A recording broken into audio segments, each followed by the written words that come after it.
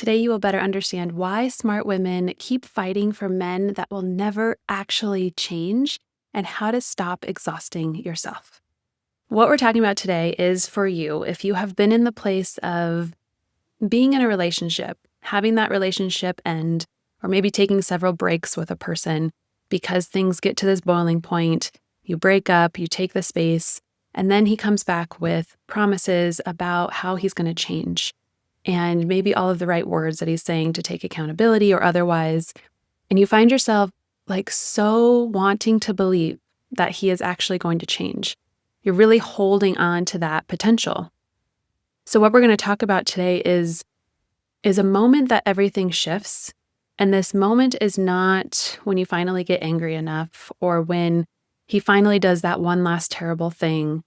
It's a quieter, more powerful moment when it really resonates in your soul that you can't keep waiting for him to change, that you have to start coming back to yourself. So I want to help you understand, first of all, why smart women get stuck in waiting in this cycle of change and how to start to shift out of it. From what we're going to talk about today, you're going to understand why this focusing on him or this holding on to his potential is quietly costing you yourself. And you're going to leave with a tool that's going to help you start to move out of your head and back into your body so that you can start trusting your intuition and trusting yourself again. And be sure to stick around to the end of the episode where I will pull an oracle card. This card offers you a message that you can use to stay connected to yourself in your healing this week. So let's take a deep breath and begin. I have this distinct memory of when my narcissistic ex and I got back together for the last time. And this came after a period of time where we had taken some space. We had had one of our cycles of blowups and it was way too much. And I was like, I can't do this with you. You need to get out. And I owned the house, so he moved out at that time. And we had taken some space. And our intention was to take the space and then circle back to have a conversation about what this was going to look like. And so when that time came, he came to that conversation with everything that I wanted to hear. It was so convincing the way that he communicated his pain and why things from his childhood were causing him to do things now, and how terrible he felt for the betrayal and the cheating, and how he was going to change and how he saw everything so clearly now, and that this was going to be different. Our future was going to be different because now we were both going to work on this stuff. We were going to work on the codependency that we had together. We were going to work on this like really vicious cycle of feelings and emotions that we were stuck in. And it was all of the right like psychological verbiage. And I'm a psychology major. I was in a mental health and addiction world forever. I'm such a psychology nerd. I love understanding how people tick, what it is. I've been self-studying for many years after the formal education, and he knew that, of course. He also worked in the mental health field, so he was around these terms and concepts all the time. And that's important to know that narcissistic people can explain things really well, but that doesn't mean that they are doing them. They can share this verbiage in a very convincing way, like I experienced. And that doesn't mean that they actually are doing the work. But at that time, it felt very much like he was doing the work. There was a lot of accountability. There was a lot of, I'm sorry, I fucked up.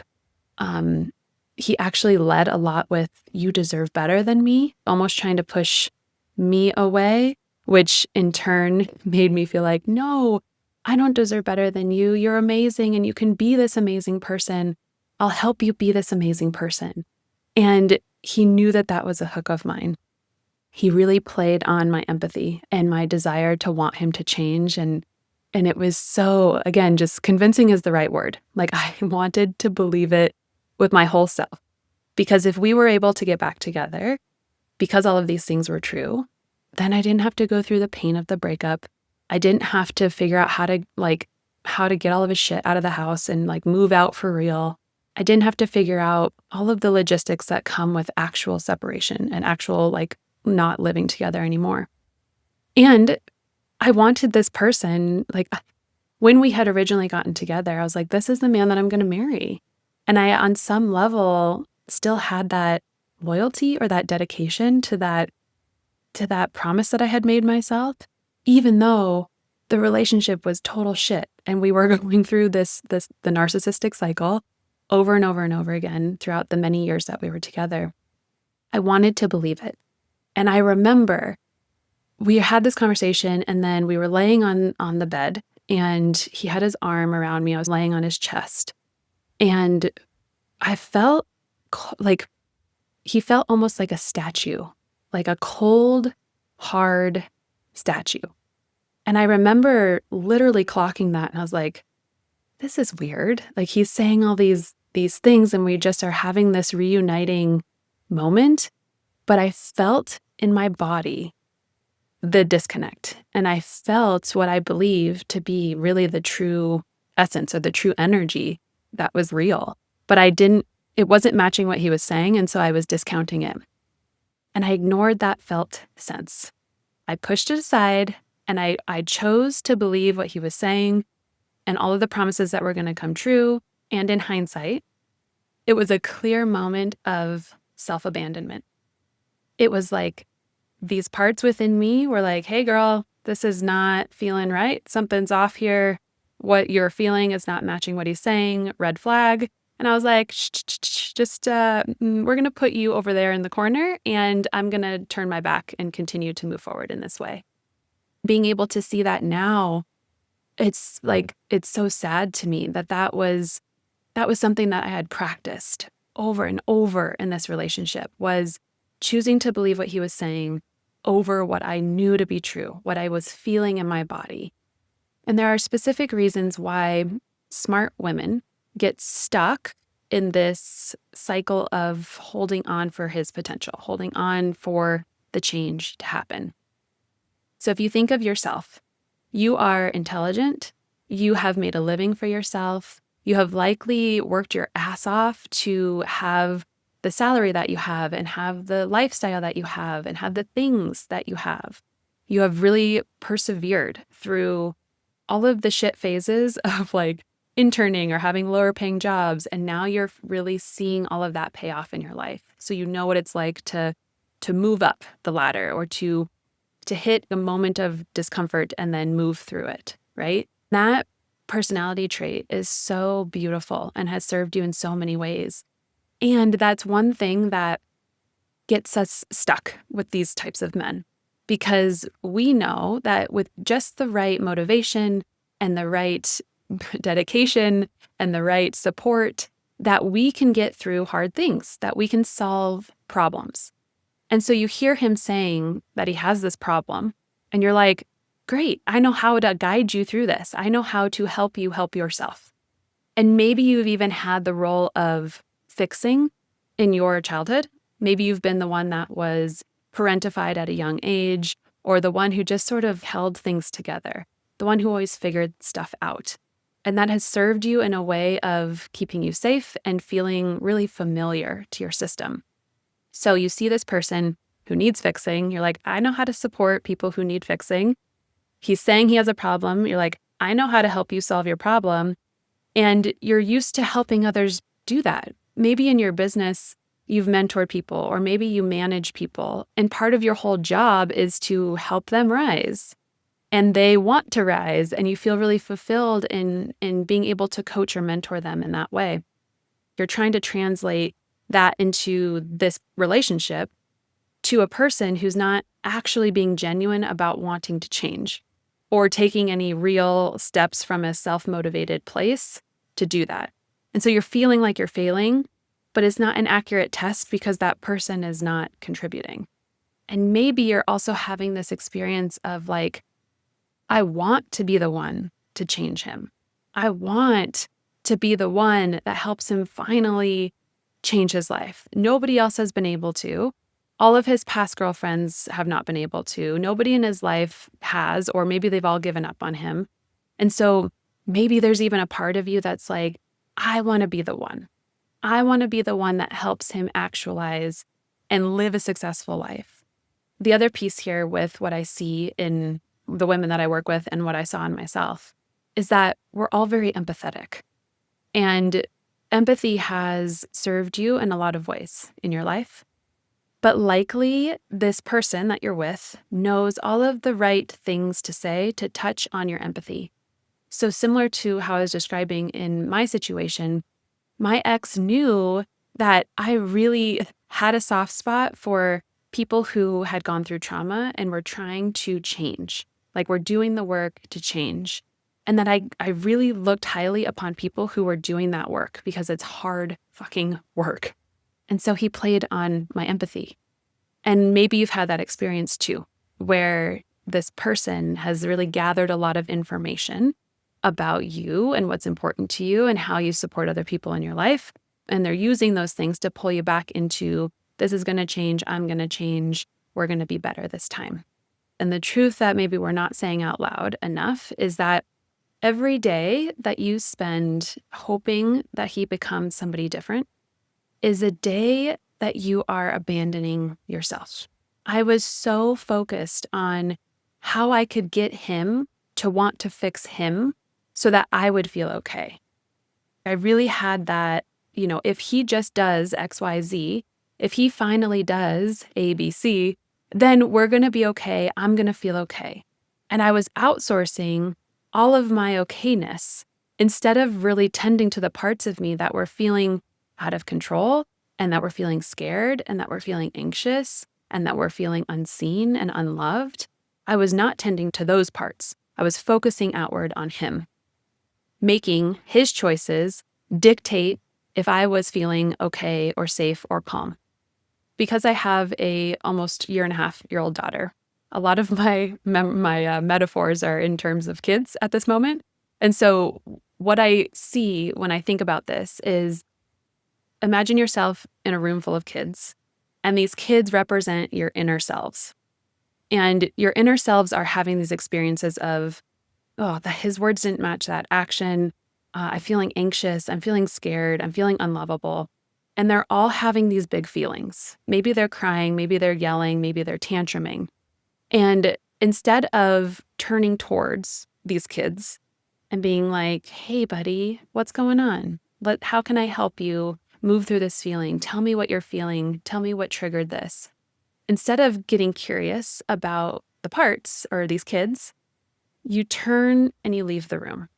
And you think shutting the door with all of these screaming kids or screaming parts is going to make them stop screaming.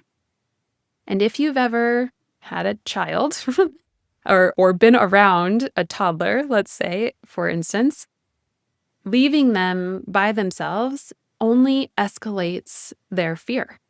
Kids actually need the co-regulation, and our parts need the co-regulation because these parts of us are feeling these things because likely they've been stuck somewhere from our childhood when we didn't have that co-regulation.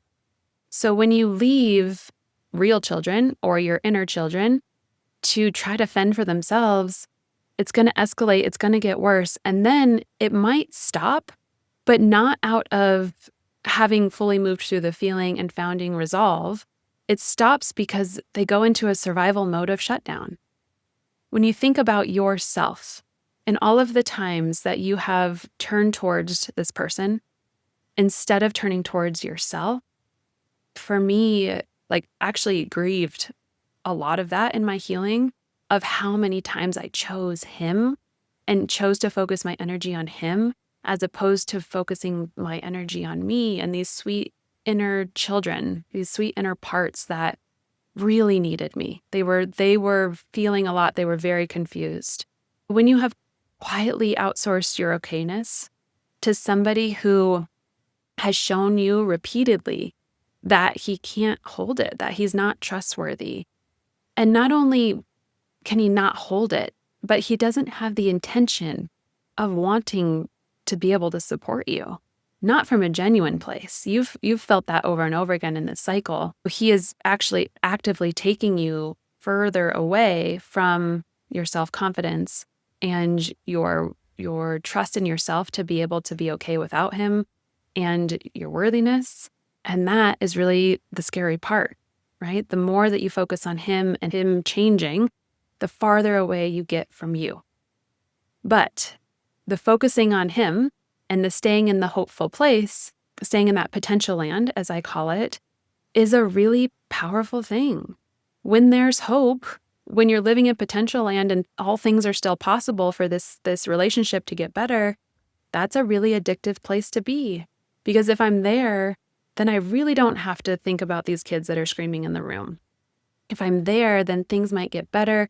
I might not have to move through this grief, right? We cling to that potential land so hard. And what's in potential land is him actualizing the things that he says he wants to change.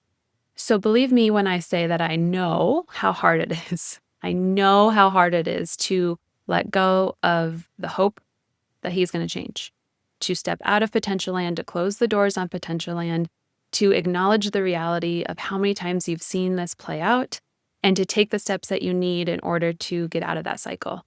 Like it is hard and it is scary. So I wanted to give you something tangible in the form of a free guide that you can download today, you can use right in this moment to start to begin to come back into trusting yourself. The guide is called How to Trust Yourself More Than His Potential. And this guide is not a list of reasons to leave. It's not a quiz that tells you what you already know. This is a 3-part practice that is going to guide you step by step on how to start to come out of your head and into your body so that you can begin to build that safety in your nervous system so you can hear your intuition and trust yourself to take the actions that are feeling like the right next step. I am a EFT practitioner, which stands for Emotional Freedom Techniques. The tapping is sometimes how it's referred to. So I teach my clients tapping. We use it in our sessions. You're going to get a step-by-step script that's going to walk you through how to tap when you're feeling this panic around letting go of the potential. So it's going to help you regulate your nervous system as you are exploring these different feelings. There are some gentle journaling prompts that are going to help you uncover what you know down deep inside and help you do that without judgment. And there's a self-trust practice to help you really get in that experience of what is it like to move back in towards your parts, to yourself, to begin to rebuild that confidence and that worthiness. It's so valuable and it's so useful. And you can use it starting exactly in this moment today. So just go to the show notes. You can click through. It's free, completely free to download. And I really invite you to make some space, make some tea, grab your journal, light a candle, make it a date with yourself, and sit down and start to move through this guide. I can promise you that you will feel a difference in your body by the time that you finish the last page. Again, that link is in the show notes. Please go do this right now because I know how long you have been waiting in potential land, and I want to start helping you shift out of that space so that you can learn to trust yourself first. So let's pull an oracle card to see what the message is for this week. The message that came out was get low.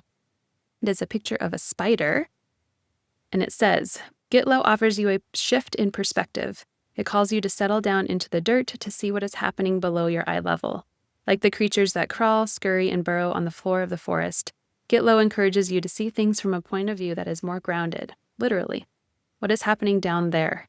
Allow yourself to lower the frequency of your energy to the earth vibe. There are rich nutrients in the soil. Lower your body, look around, lie on your belly, see your situation from here. What do you notice? Get Low offers you camouflage. No one will see you here. You can move slowly and deliberately so you don't miss a thing. Again, the link is in the show notes for the Trust Yourself More Than His Potential free guide. And until I see you in the next episode, please remember that you are not alone.